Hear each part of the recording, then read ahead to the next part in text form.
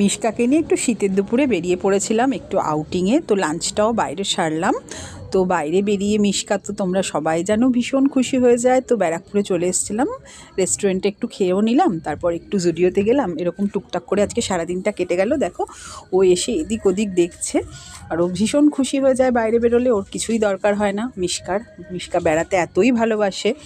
দেখো না ভেতরে ইয়েগুলো দেখে, মানে কতগুলো খেলনা টাইপের রাখা ছিল, শোপিস মতো রাখা ছিল, ওগুলো দেখে বলেই যাচ্ছে। তো আমাদের এবার খাবার দাবার চলে এসছে, আমরা খেলাম। ওকে একটু সাদা ফ্রাইড রাইস দিয়েছিলাম, ওটাই ও এনজয় করে করে খেয়েছে।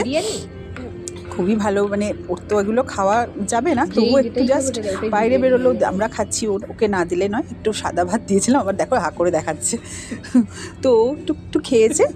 তো ভালোই কাটলো এভাবে সারাদিন। তারপর আমরা এখান থেকে বেরিয়ে গেলাম একটুখানি জুডিওতে, আর বাইরে বেরিয়েও একটুখানি এটা ওটা চাইছিল, তো কিন্ডার জয় আর জেমস খেতে এখন একটু শিখেছে, ওটাই বাইরে বেরিয়ে ওকে কিনে দিলাম। ও তো আবার এগুলো পেয়ে ভীষণ খুশি হয়ে গেল। দেখো জিজ্ঞেস করছি কী কিনেছো, বলছে কিন্ডার জয়।